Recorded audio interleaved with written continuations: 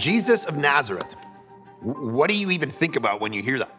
He is the most interesting figure in the history of the world, the biggest influencer, we might say. And that's who we are going to explore. But this whole study, in the end, is actually almost even more so, not just about Jesus, but about you. What you do with the most important person who ever lived and how it defines your life now. And I know this sounds crazy, for the next billion years. Eternity is what's in the balance when we're talking about Jesus. What we do with him defines the fate of everyone who has ever lived. And that is not an overstatement. But also, it has everything to do with your life now, in the everyday, your deepest desires, your fears, your pains, your strategies to get joy and passion and pleasure, all of it, finding their answers in what we do with Jesus. Now, to get there, we have to start not with us, but with him, the scandal of Jesus. Now, scandal is kind of a funny word to use in the modern Western world because in our context, we hear that Jesus is a nice guy. He's a good leader, a great teacher, an example of love, but most of us don't find anything particularly scandalous about him. A scandalous person kind of stirs the pot, gets people talking around the water cooler, offends us. Scandal is kind of front page news stuff, and that's not Jesus. Or is it? See, some of you actually grew up with Jesus on felt boards in Sunday school. White, perfect teeth, voluptuous hair, a big smile. Jesus kind of as an ancient hippie, self-help guru, fun, gentle, safe, puttering in the garden, smiling benignly, as one writer has said, waving now and then, mostly spending a lot of time in his room doing puzzles, winking at us in our sin. Chuck Norris meets Tony Robbins meets Mr. Rogers, safe for the whole family kind of guy. But as we're going to see, this is all a big mistake, a misunderstanding of who Jesus really was.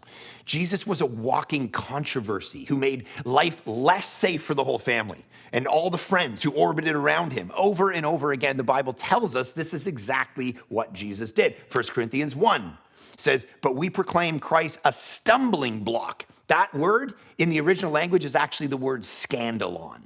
Matthew 13, and they took offense at him. Scandalon. Over and over and over again in the Bible, it says Jesus was a scandal. Because in the end, there was only two kinds of people in Jesus' time, two kinds of responses. You either loved Jesus and followed him with your whole being and worshiped him, and then there were those who rejected him and wanted to throw him off a cliff, crucify him. And we have to actually pick a side.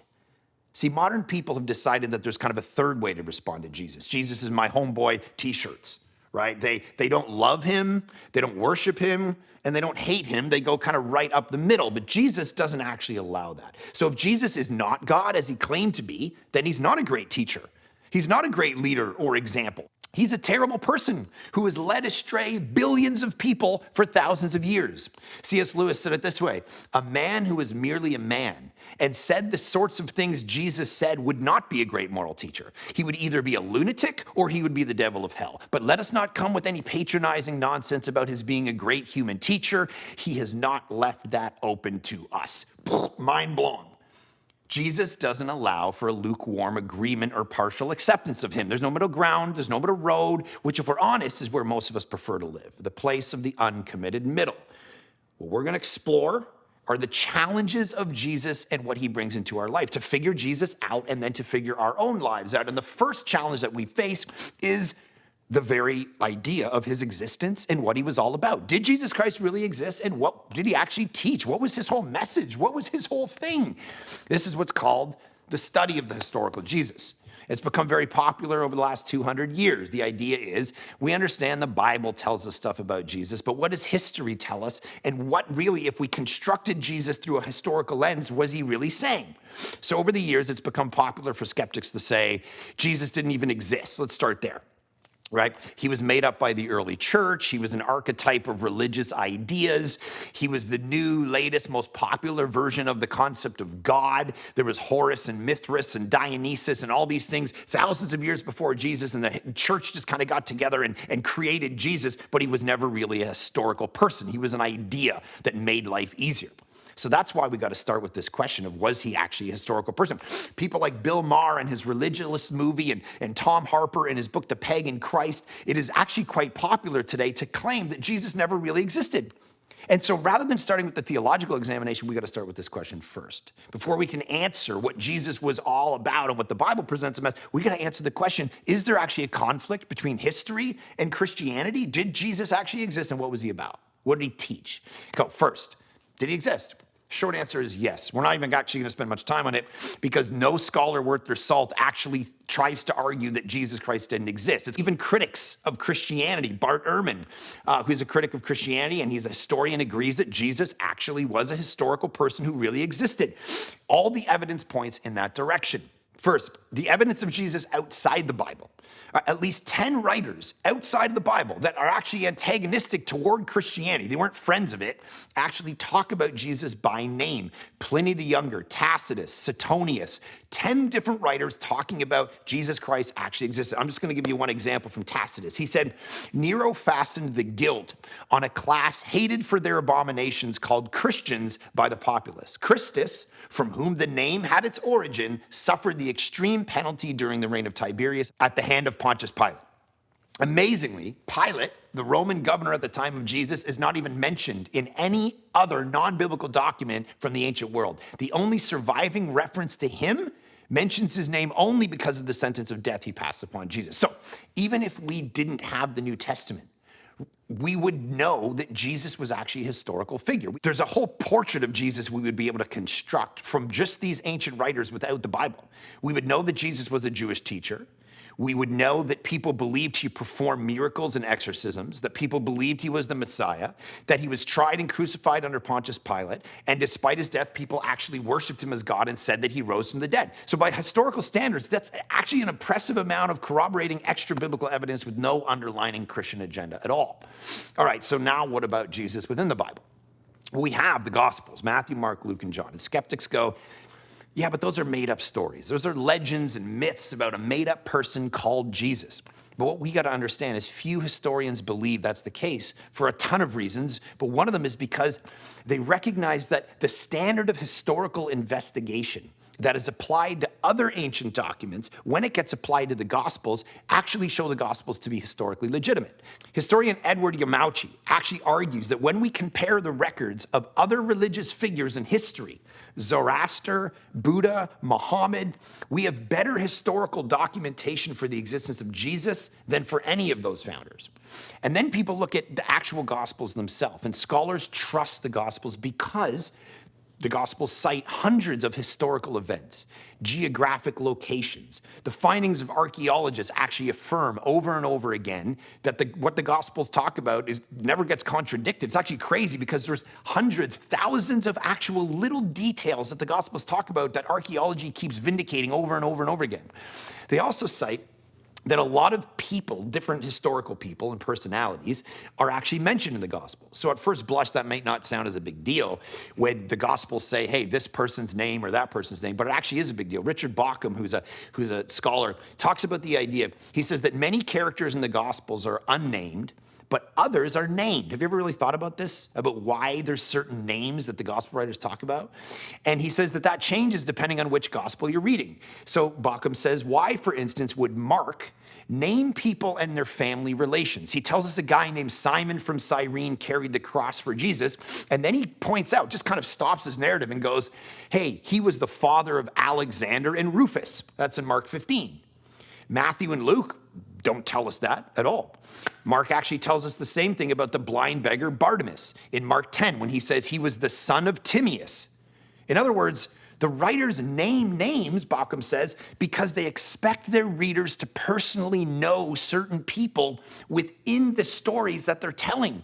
They're trying to root their story in actual historical people and historical moments rather than go, I'm just giving an esoteric idea about an archetype, an idea that never had any root in history at all. No, if you have questions, go talk to these people because these are the relations, these are the people you could actually talk to. Historians also see credibility in the Gospels because of the discrepancies in the Gospels, right? The contradictions that people talk about when you're on Reddit or you're on the internet and you're looking and people go, I can't believe in the Bible because all of these contradictions. Most historians actually look at some of those subtleties and discrepancies as actual legitimacy in regard to the Gospel historically. Here's what I mean. Take the resurrection stories, for example. Skeptics go, don't you know that John tells us there was this many angels and Matthew tells us there's this many angels at the tomb? Can't they get their stories right? I don't understand why you think this is credible. But actually, historians look at that and they say, that's actually a legitimate reason to believe in the Gospels. One writer has said this, if that were the fabrication, meaning the resurrection stories, of a congregation, then the tale would be consistently and completely free of discrepancies. The reasons skeptics choose not to believe the Bible are actually cited by historians as reasons to believe it. Because if they made up the story, then they'd all get in a room, like you and I. If we were just creating a religion, we'd all get in a room, we'd be like, okay, how many people are gonna be, how many angels are gonna be at the resurrection? How many angels are gonna be at the tomb? Okay, what do you want to do, one or two? Okay, two, okay, everybody stay the same, two. Don't go rogue and say one, or our whole story's gonna be messed up. You would make sure everything was legit, but that's not what they did. And so historians looking to go, actually, those little subtle discrepancies are actually ringing true for people writing down simply what they saw. So they don't try to harmonize other information. But secondly, scholars look and they go, you know what's interesting? The gospel writers include material that casts Jesus in a negative light. Stuff like him crying in the Garden of Gethsemane and saying, I don't want to do this anymore. Please take this cup from me. If you're trying to whitewash Jesus and make up a story and make him like the hero, then put him in like a Braveheart role, right? Where he's just like, he's riding his horse into town. He's like, hey, and all painted up. He's like, I'm the leader. Everyone follow me. That's what you're going to do. Don't put your hero crying in a garden saying, I don't want to do this anymore. Please take this from me. Don't make confusing information. Like when he walks up to people, and he's like, hey, I'm God. Don't you know that I'm God? And they say, oh, you're God, really? When are you coming back? And he goes, I have no idea. Just delete that. Leave that stuff out. But it's there. And historians go, the fact that it's there means that these guys didn't just get together and okay, let's write our hero. Another thing is the fact that there's women as the eyewitnesses of the resurrection in a culture, a patriarchal culture that didn't care what women would say in a court of law. Why would they make women the key eyewitnesses to the resurrection? All of these things challenge their readers to check the history for themselves, to actually, you read 1 Corinthians 15 and Paul's saying, go ask people. There was 500 witnesses to the resurrection. Go and actually ask them. And so the Gospels also include more than 30 historical people in their stories who've been verified by history. Think about all that. When Luke's going through and he's going, this guy leads this and this guy leads that. All of this is history. They're not just making this stuff up. So here's the other thing that historians look at. The persecution of the early church. The fact that many of the earliest followers of Jesus were actually tortured and killed as a direct result of their claim about Jesus. It actually wouldn't make any sense for you to willingly suffer for a lie that you made up. Why would you? Nobody does that. Nobody dies for a lie they know isn't right, something they made up. And so with all of this together, historians look and they go, actually, the Gospels are quite trustworthy.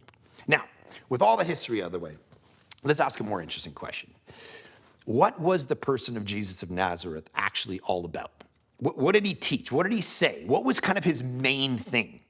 And we're going to see it's a little different than sometimes we talk about in church and what's become popular in Christianity. Because if you were to sit among a people right now, and if you're with groups of people, you could actually stop and ask them, if you were to try to summarize Christianity and say, what's the main message of Jesus in the Gospels, what would you say? And a lot of people would go, it's the forgiveness of sins or, justification or when we go to heaven when we die. And we're going to see that that's not actually the case.